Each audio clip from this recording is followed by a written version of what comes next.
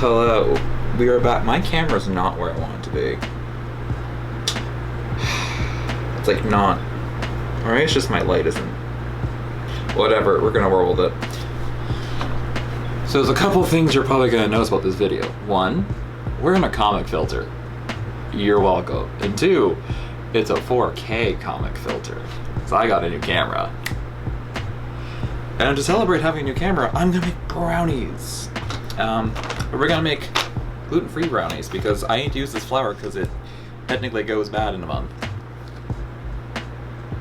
So this is King Arthur's gluten-free measure for measure, which in theory means every single cup will have the exact amount of mixture it's supposed to have between flours and starches and xanthan and all that jazz. So that way you don't have to alter your recipes when you're using this. I've been using this all of quarantine and it's been great. I've had no weird gummy or bready things that shouldn't have been the way they were, so we're gonna keep using it. Although we are gonna make the fudge brownies on the back of the container, but I am changing a few things and we'll talk about that as I go. One thing I like is you only need just a couple bowls. Even less bowls if you don't feel like doing what I'm doing, which is I'm gonna mix all my wet first. So this is an oil-based recipe, so you don't have to worry about warming up butter or any of that jazz. We have our eggs. This is quite a lot of... In theory that was a great idea, but in practice that was a lot of egg for not a lot of payoff there. I just get some of that extra egg out there. Yeah, it's fine. Alright. And then this is where it changes a bit. So, in addition to the wet, I'm adding some vanilla, which was not in here originally, because I like vanilla in my chocolate goodies. And then we do add water, only 2 tablespoons, but I threw in some instant coffee into the water, so I just made it hot water, just to add a bit of extra flavor, because coffee makes chocolate taste better. And also, I really just like to make things taste a little better. So this is not part of the steps, but I like just to pre-mix all this, because with brownies you don't want to over-mix it. So something a little easier to just mix or wet all together. Although, because I add the coffee, it's gonna make it a really disgusting, like, color. But it will help so much if I do this. And I just realized I should have started with my dry because I'm using this whisk, and I have to wash 2 whisks. Choices.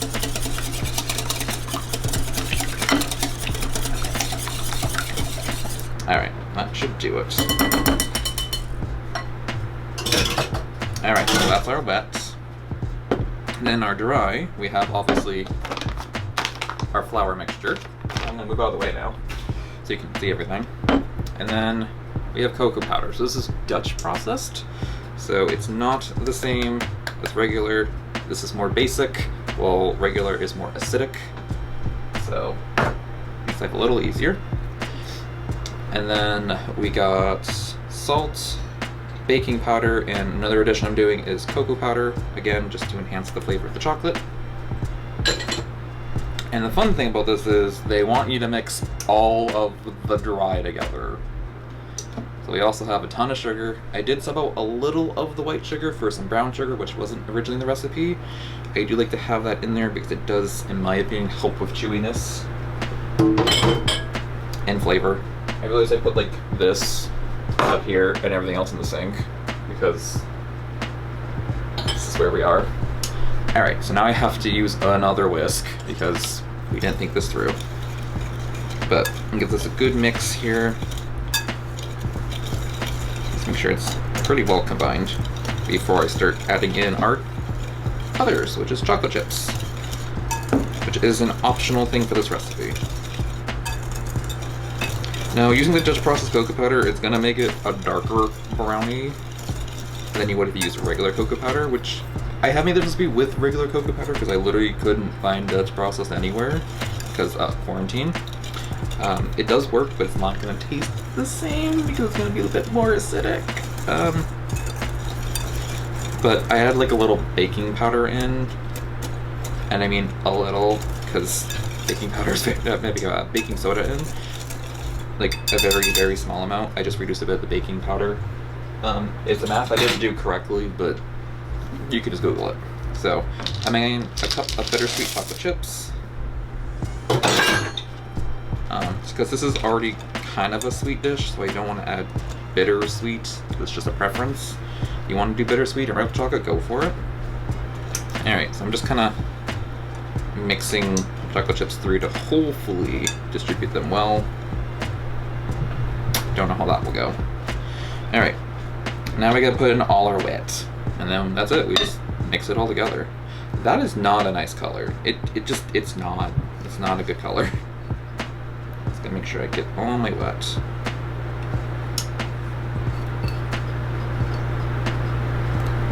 Alright.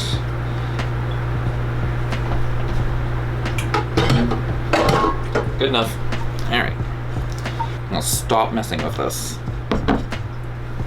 So, you're supposed to bake this in an 8-inch or 9-inch square pan. I don't own such a thing, so we're gonna use a cake pan.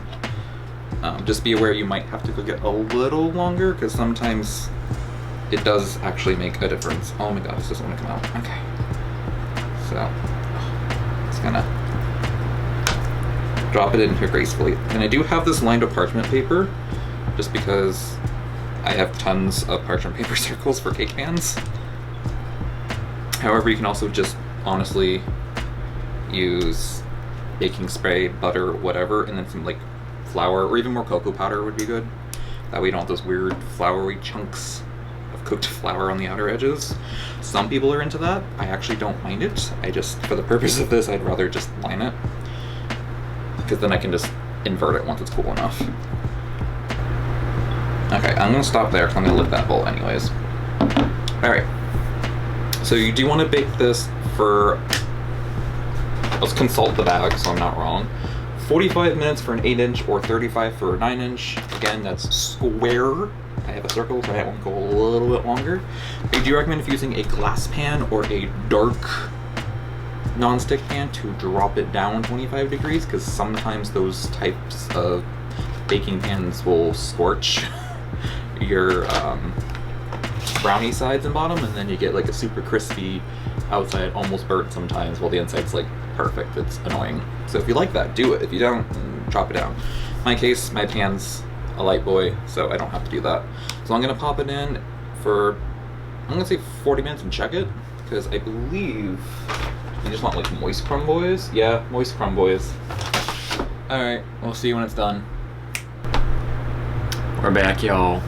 And we got brownie. So this is a big old brownie boy. Let me like just bloop that boy on. Alright. So this took actually the 45 minutes that I didn't think it would take. Sometimes it takes a little less. But now we gotta try it. And I am that person that uses Cool Whip. I don't care if canned. Whipped cream, I don't really care for fresh whipped cream, because it just doesn't taste right to me. I think I'm so used to Cool Whip, which is that lovely artificial taste. Although I guess you could also just put nothing on it. That's options. But we gotta cut this. I could use one of my pretty knives, but I don't feel like cleaning it. But we should probably use a pretty knife. Should probably use the knives I don't use. Let me just, you know, the pretty knife I never ever use. I literally bought these specifically for videos, and then I don't ever use them for videos. Funny enough, I poked a hole right in the center to check it, so it's a pretty key gauge of where to, oh my god, cut into it. So, because I did, ooh, I probably shouldn't cut so harshly on this, but whatever. I do want to make this. I don't want to make it too big. I think this is good. Alright. Like, it's fudgy. Like, it's a fudgy boy. Whereas, like, I cut down, like, on this. Yep, there's the cut. Whoops. It's fine. I paid, like, $10 for this at Walmart.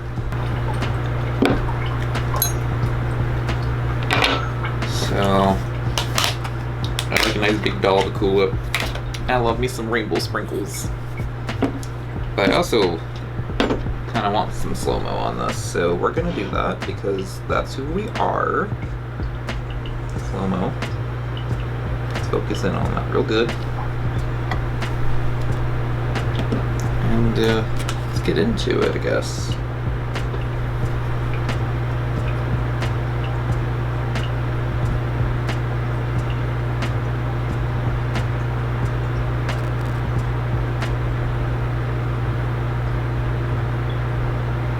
Not like the prettiest little swoop.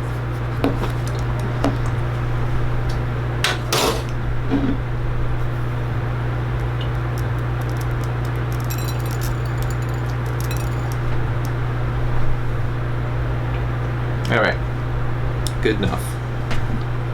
Alright, switch back to regular video. Just because like we want all the beautiful shots. Alright, so the batter tasted amazing. So mind you, I haven't made this the way I just did for this video, so this is a first. But I mean, can we just appreciate how fudgy this is? I can't. Alright. Oh. Oh my god, just look at that. Look at that chocolate. I'm trying to make sure I'm in the lens. Alright.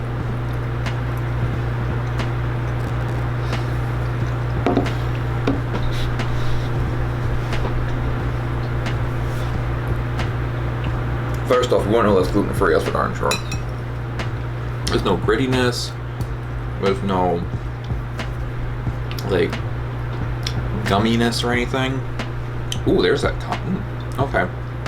I might put a little too much coffee in, so I can taste the coffee, but not in a bad way. I just don't personally like coffee that much. This is still slightly warm, that's why my chocolate chips are a little melty. I can slightly taste the coffee, and then the bittersweet chocolate's coming out a bit more, which is fine. So let's do some Cool Whip on there.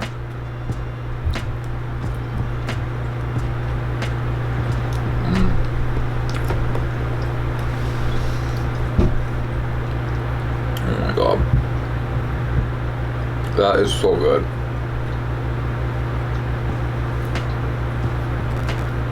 That is so good.